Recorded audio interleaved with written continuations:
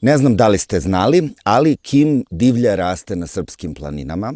Ova divna biljka koja nam je prvenstveno poznata kao zanimljiv posip po kiflicama ima izuzetno brojna lekovita dejstva. Kao i druge biljke iz porodice štitarica, on značajno olakšava varenje, smanjuje grčeve i preporučuje se za poboljšanje probave.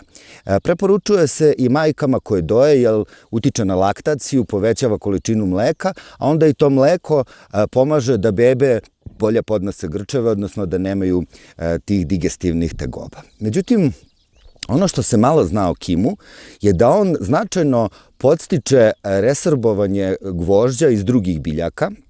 Zbog toga je neophodno da kada pravite recimo salatu ili sok od cvekle, a želite da poboljšate krvnu sliku, podignete nivo hemoglobina, u njega obavezno dodajte mleveni kim. Otprilike na 1 kilogram cvekle treba vam 2 supene kašike mlevenih semenki kima.